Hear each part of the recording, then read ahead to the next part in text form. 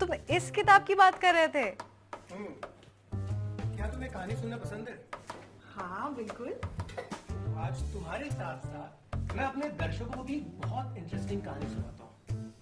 ये कहानी सियाचिन से जुड़ी हुई है। टेम्परेचर -25 डिग्री और हमारे आर्मी के जवान अपने ड्यूटी में लगे हुए हैं।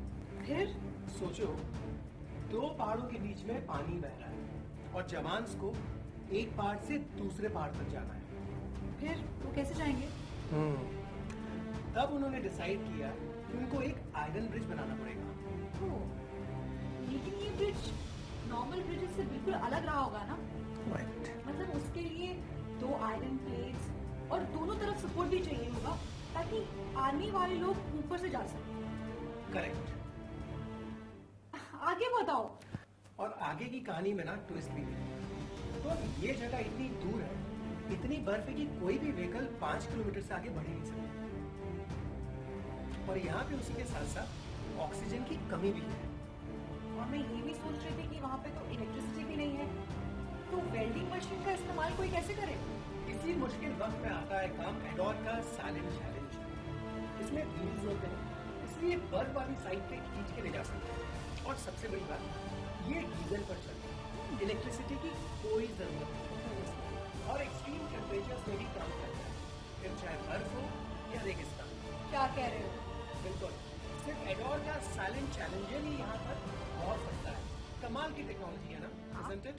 1951 में स्थापित हुआ एडोर भारत का सबसे बड़ा welding equipment, welding consumables, welding automation solution और कटिंग प्रोडक्ट्स का निर्माता है। 70 साल की लेगेसी के साथ साथ एडोर भारत की पोस्ट इंडिपेंडेंस इंडस्ट्रियलाइजेशन में एक मुख्य भूमिका अदा करता आया है।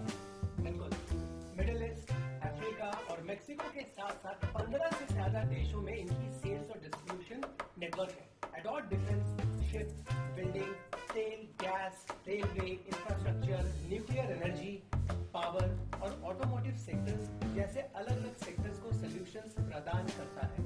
एडोर एक ग्लोबल ब्रांड है जो भारत से जुड़ा हुआ है और भारत में ही इसका रिसर्च होता है और तो ये यही बनता है।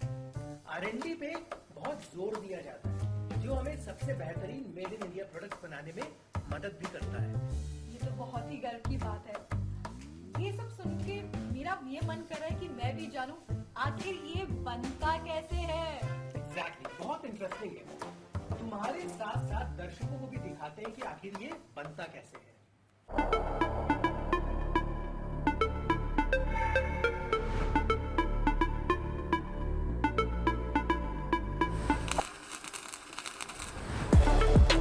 सबसे पहले साइलेंट चैलेंजर के बेस किट के लिए जरूरी कंपोनेंट्स को इंस्पेक्ट किया जाता है।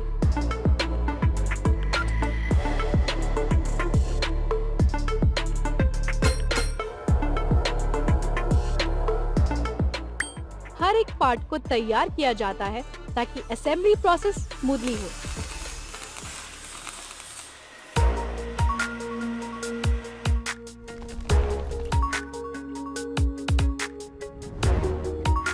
असेंबली के लिए जरूरी टूल्स जैसे नट्स, बोल्ट्स, रेंचेस और अन्य टूल्स को सेटअप किया जाता है। इसके बाद एक लेआउट प्लान बनाया जाता है जिसके हिसाब से हर कंपोनेंट का सही सीक्वेंस डिसाइड किया जाता है। देखो कैसे कंपोनेंट्स को इनिशियल अलाइनमेंट दिया जा रहा है ताकि उनको आपस में जोड़ने में आसानी हो सके। ये स्टेप इंश्योर करता है कि सब कुछ सही तरह से फिट हो। साथ ही साथ दूसरी तरफ जनरेटर ऑल्टरनेटर असेंबली हो रही है।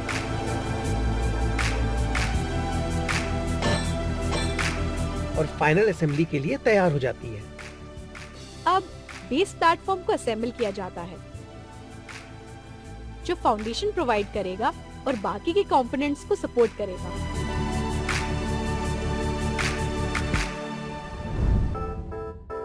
इस प्रोसेस में सबसे पहले इंजन को इंस्पेक्ट किया जाता है तो इंश्योर कि वो सही तरह से तैयार है और उसमें कोई भी मैन्युफैक्चरिंग डिफेक्ट नहीं है।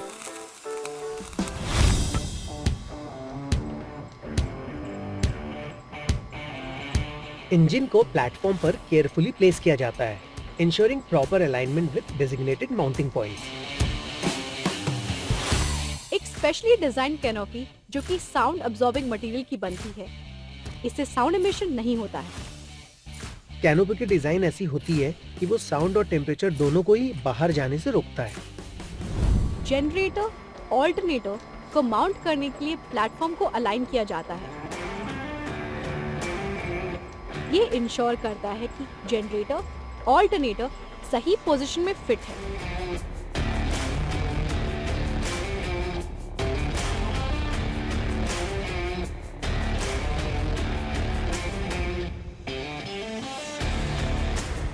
अब माउंटिंग ब्रैकेट से जनरेटर ऑल्टरनेटर को प्लेटफॉर्म से सिक्योर किया जाता है, इंश्योरिंग स्टेबिलिटी।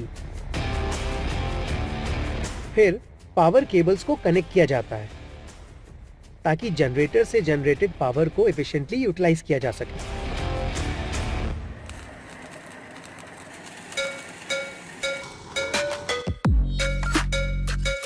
यहाँ फंक्शनल चेक हो रहा है, इंश्योरिंग सही पावर जनरेशन और कोई टेक्निकल इश्यू तो नहीं है।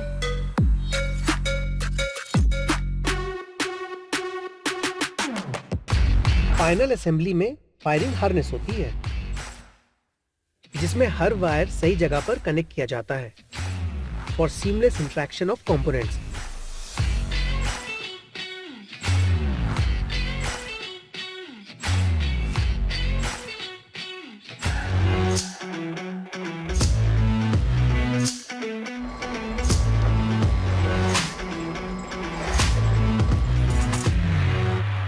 प्रोडक्शन के शुरुआत में इनिशियल कॉम्प्रिहेंसिव टेस्टिंग होती है, इंश्योरिंग सही फंक्शनैलिटी। अब फाइनल कंट्रोल के दौरान विजुअल इंस्पेक्शन होता है जिसमें हर पार्ट को विजुअली चेक किया जाता है, इंश्योरिंग मशीन्स परफेक्ट कंडीशन।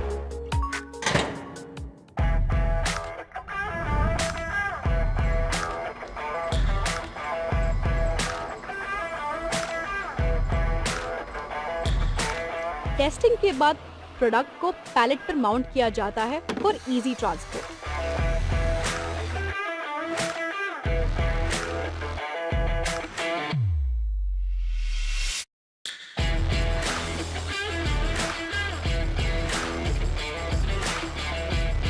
फिर सीवर्दी कोरुगेटेड बॉक्स में पैकेजिंग की जाती है, इनकॉर्पोरेटिंग पैडिंग और protective materials for secure shipping. Now the product will be ready for dispatch.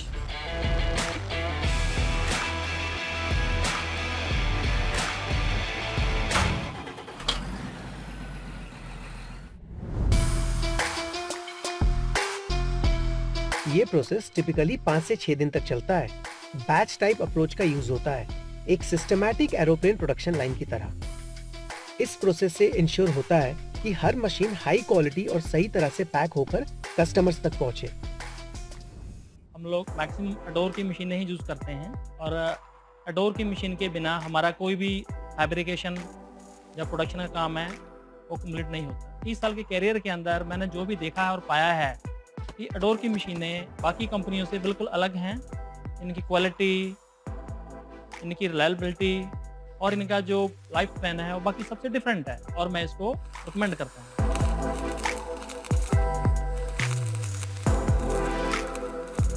Silent challenger का नाम इसीलिए पड़ा क्योंकि वो बहुत कम आवाज करता है, ऑलमोस्ट ना के बराबर।